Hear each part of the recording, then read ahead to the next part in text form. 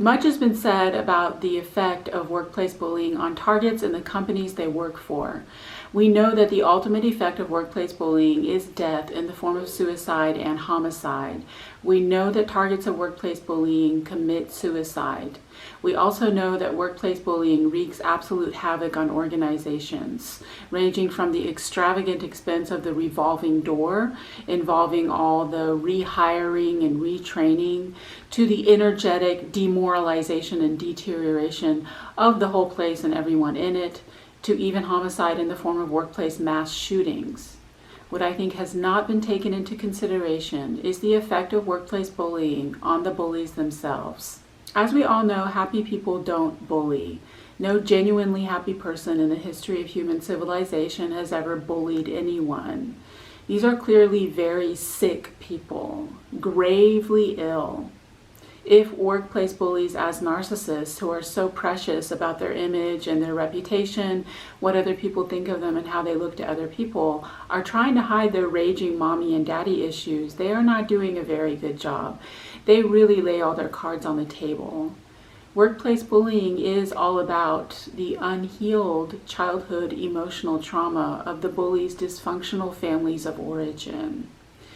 Workplace bullies are already miserable, and the damage was done long before the target entered the picture or came onto the scene. However, I argue that all of the bullying is about to make everything worse, not for the targets, but for the bullies. Bullying is an addiction, and the two parts of the definition of addiction are rewarding stimuli and adverse consequences. Addiction can help momentarily, but in the long run, it hurts the addict. Yes, alcohol can give you a buzz, make you high, numb you out, but think of the crippling pain of a punishing hangover, or the liver disease that results from long-term alcoholism. Cigarettes too can make you feel good and give you lung cancer. I believe that all addiction is a maladaptive attempt to self-medicate pre-existing anxiety, depression, or other mental health issues. But as an ineffective coping mechanism, addiction just compounds all of those problems.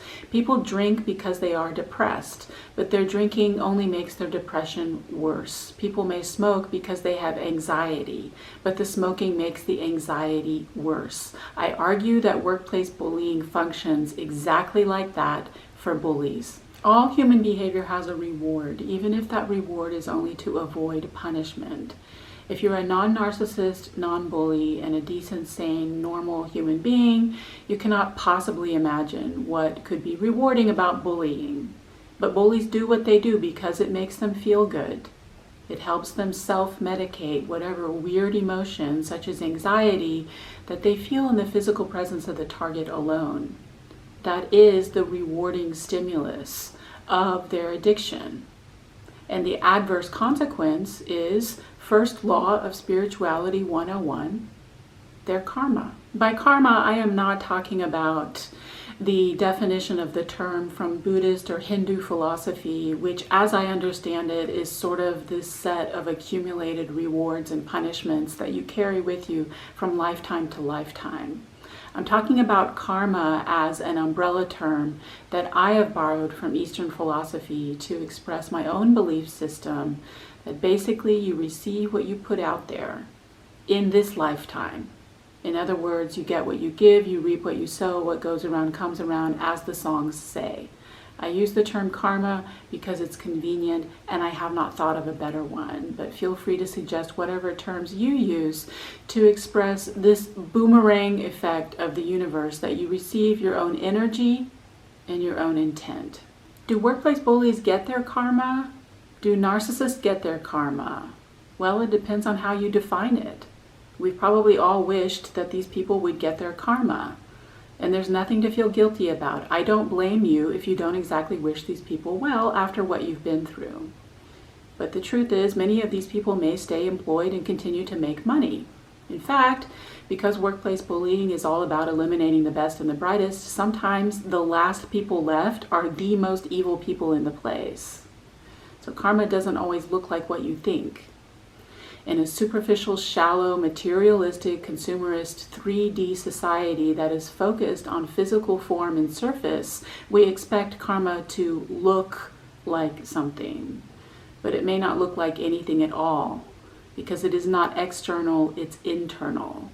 And like everything about workplace bullying, karma is energetic. I believe that everything is energy and energy is intent. So what is the intent of workplace bullies? Well, these are people who enjoy hurting other people and take great pleasure in other people's suffering. These are people who sometimes very consciously want to inflict harm and injure other people, at the very least to make other people feel bad, feel upset or uncomfortable, for example. But I argue that the ultimate intent of all workplace bullying is death. And I'm talking about death with a capital D.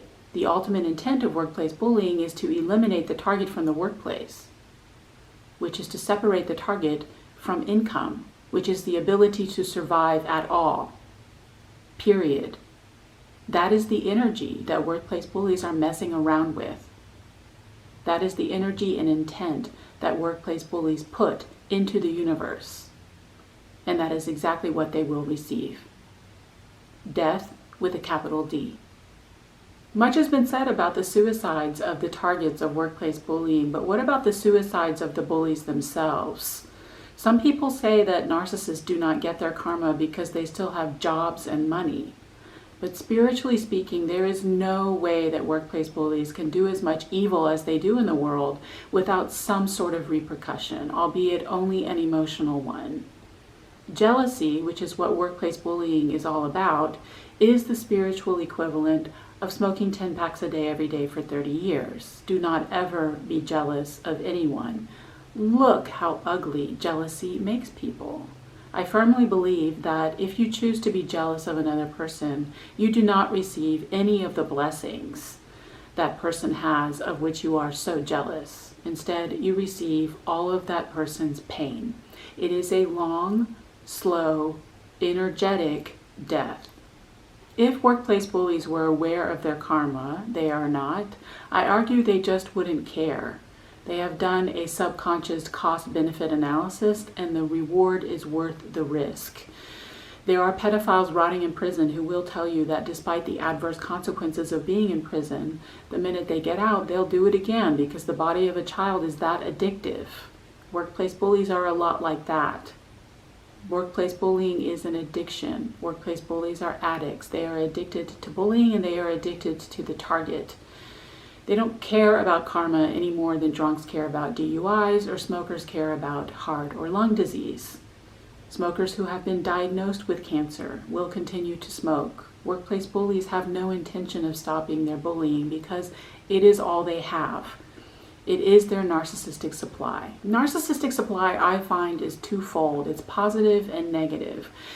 Some narcissists live for the big bank account, the big house, the high-powered position, the car, the watch, the beautiful spouse, the perfect kids, the rock-hard abs, money, image, status. We all know people like that.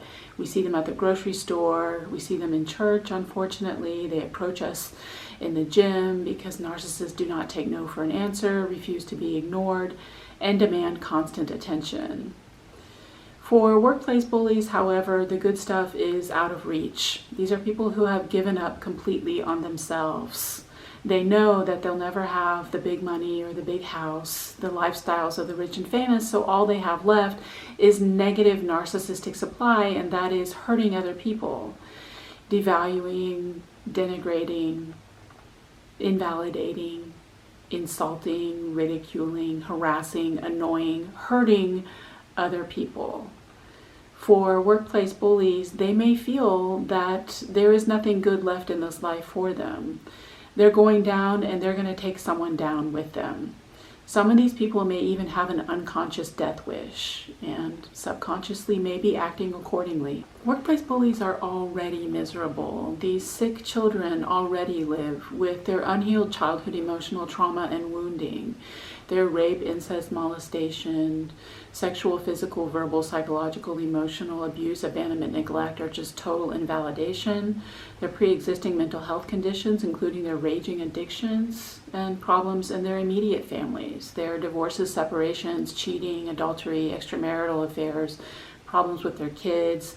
The list goes on and on. For some workplace bullies, their karma may be literal. They may be victims of violent crimes or car accidents, contract STDs or cancer, or lose their marriages, their relationships, and even their children and loved ones. Workplace bullies may not necessarily end up prematurely dead from suicide or other things, but some of them do.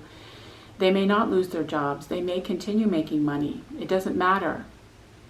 Spiritually speaking, on an energetic and emotional level, it's game over for them. They may have won the battle, but they have lost the war.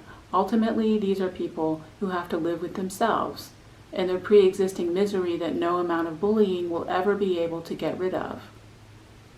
Workplace bullying may make them temporarily happy, but their karma is their complete and total inability to ever achieve a real and everlasting peace.